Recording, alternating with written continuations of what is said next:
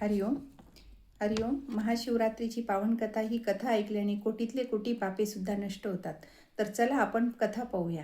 वर्षातील 12 शिवरात्रीपैकी मोठी आणि फळदायी म्हणजेच महाशिवरात्र ही केवळ उपवासाचीच रात्र नाही, तर अंधाराकडून प्रकाशाकडे आणि अज्ञानाकडून ज्ञानाकडे नेणारा प्रवास आहे. या दिवशी सृष्टीचे पालनहार भगवान शिव आणि माता शक्ती यांचा विवाह सोहळा पार पडला होता. सृष्टीचा कणा आणि संहाराचे अधिपती योगी दैवत म्हणजेच महादेव जेव्हा संपूर्ण ब्रह्मांड गाढ झोपेत असते, तेव्हा शिवभक्त एका रात्रीची वाट पाहतात. ती त्यांच्या जीवनातील सारा अंधार दूर करू शकते. पुराणामध्ये महाशिवरात्रीबद्दल अनेक कथा सांगितल्या आहेत. तर चला आपण कथा पाहूया. एकेकाळी भगवान शिवजी आणि आदिशक्ती माता पार्वती कैलास पर्वतावर विराजमान होते. तेथे खूप शांतता होती. त्या क्षणी माता पार्वतीच्या मनात एक प्रश्नाचे उत्तर जाणून घेण्याची इच्छा उत्पन्न झाली व त्यांनी भगवान शिवांना विचारले, हे नाथा, आज मला आपल्या मुखातून महाशिवरात्रीचे महात्म्य ऐकायचे आहे. तेव्हा शिवजी हसत म्हणाले, हे देवी पार्वती, आज तू संपूर्ण संसाराच्या कल्याणासाठी छान प्रश्न मांडला. जो स्त्री किंवा पुरुष ही कथा ऐकेल त्याला सहस्त्र पाप नष्ट होतात, दुःख दारिद्र्य नष्ट होते. पूर्वेकाळी दक्षिण देशात अरण्य नावाचे विशाल वन होते. त्या वनात चित्रभानू नावाचा शिकारी राहत होता. तो अत्यंत क्रूर होता. त्याने अत्यंत क्रूर होता. त्यांनी खूप पाप केले होते. एक दिवस महाशिवरात्रीच्या दिवशी उजाडला. हे देवी तो शिकारी नास्तिक होता.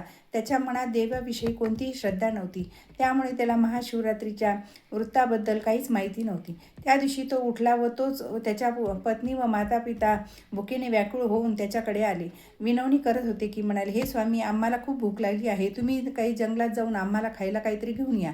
चित्रभानू तो तात्काळ जंगलात गेला, पण त्याला त्या दिवशी खाण्यासाठी काहीच मिळाले नाही व अवस्था झाली असेल. त्याला ती खूप वाईट वाटत होती. तेव्हा त्याला एका सरोवर दिसले व तो एक सरोवर जवळ गेला व बेलाच्या झाडावर शिकार मिळवण्यासाठी जाऊन बसला होता. त्याच वेळी रात्रीचा पहिला प्रहर चालू झाला होता. तेवढ्याच सरोवराजवळ एक हरिण पाणी पिण्यासाठी आले होते. त्याला मारण्यासाठी चित्रभानूने हातात बाण काढला, पण त्याच वेळी त्याने आणलेल्या पाण्याच्या भांड्याला धक्का लागला आणि ते पाणी व बेलपान खाली प्राचीन शिवलिंगावर पडले.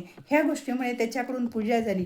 भगवान शंकरांनी त्यामुळे त्याचे नकळत पाप नष्ट झाले व पाण्याच्या आवाजाने हरिण सावध झाले व तिने शिकारीला म्हणाली की मला मारू नका, तुम्हाला पाप लागेल. चित्रभानू हसू लागला व तुला मारून घरी घेऊन जाणार आहे. पण हरिण खूप गयावया करू लागली. जसे ब्राह्मणाने वेदव्यास विकल्यास पाप लागते, तसेच तुम्हालाही पाप लागेल.